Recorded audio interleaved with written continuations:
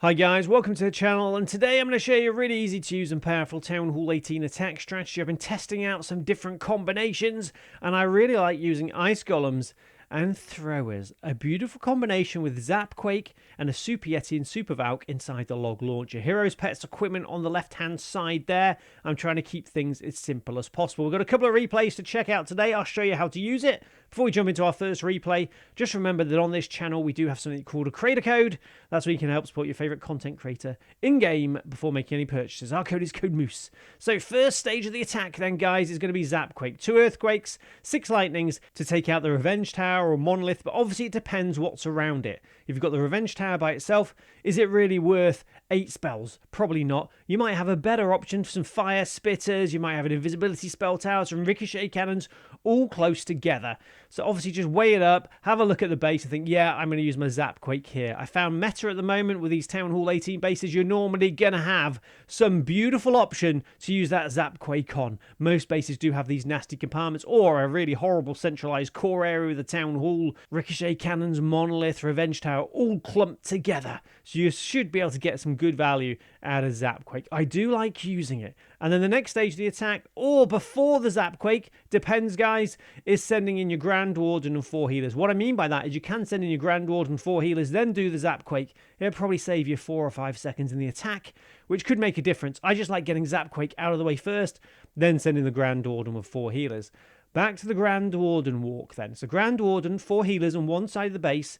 I'd say don't take any longer than 20 or 30 seconds there. Other side of the base, maybe use a couple of throwers to funnel that side, then send in the main army in the center with your log launcher and your ice golems, of course. If you haven't taken out the Revenge Tower at the beginning with Zapquake, prioritize that side of the base to attack. Because if you attack and the Revenge Tower is still there at the end of the battle, you're going to be in trouble. So try and take it out. It can absolutely devastate your army if it's still there. So let's go back to the battlefield. The only other thing I would mention is probably sending your Royal Champion a bit later. So sort of 3 different stages. The first stage is going to be the Grand Warden walk, then Zapquake, or reverse it, whichever makes sense to you, whichever you're more comfortable using. So basically that's your first stage. Zapquake, Grand Warden walk, funnel the other side of the base, send in the log launcher. Then Royal Champion wants to go onto the battlefield a little bit later when you can see what's happening. I like using Rocket Spear and Electro Boots because I feel that's the easiest combination to use for myself, and it helps me to snipe sort of compartments or help funnel the army into the base. What I mean by that is the army might be going through the base and the Monolith might be slightly off to the left, or a Fire Spitter doing loads of damage. You can send in the Royal Champion to help out. So there's our first replay. We do have another replay, and this was a friendly challenge Legend League modifier because I really don't like this base. So let's start with that Zapquake in the center, take out the Revenge Tower. Now, this is a popular base as well, so you might come across it. Then we're going to send in the Grand Warden at the top of the base with 4 healers. Remember, don't take too long here, 20, 30 seconds. You don't want your Grand Warden to get into trouble, but you do have a couple of totem spells or invisibility spells to help out if you really need them. Try and funnel if you can. As you can see here, guys, I've used Furnaces on the left-hand side. It's not a particularly good funnel. We're sending in the main army, and they're going to get stuck there for what feels like about an hour because they've run into some ice golems. That Monolith is just there doing damage, and I'm thinking, oh no. And I've got to be honest, this wasn't a particularly good attack. I just thought I'd try it out because I normally struggle to 3-star this base on Legend League modifiers. So I thought, let's try out this attack strategy. I do like having those ice golems there, and you notice on the channel, I've got to be honest with you, my 3-star attacks at the moment, Legend League attacks, ranked mode attacks that I'm sharing, they are kind of different variations of the same core attack. The same core attack that's got throwers, healers, and some nice, easy-to-use hero equipment, because that's what works at the moment for me, and for a lot of people, these ground spam attacks. And I thought, yeah, let's try some ice golems, see if it makes things a bit easier, and I think it definitely does.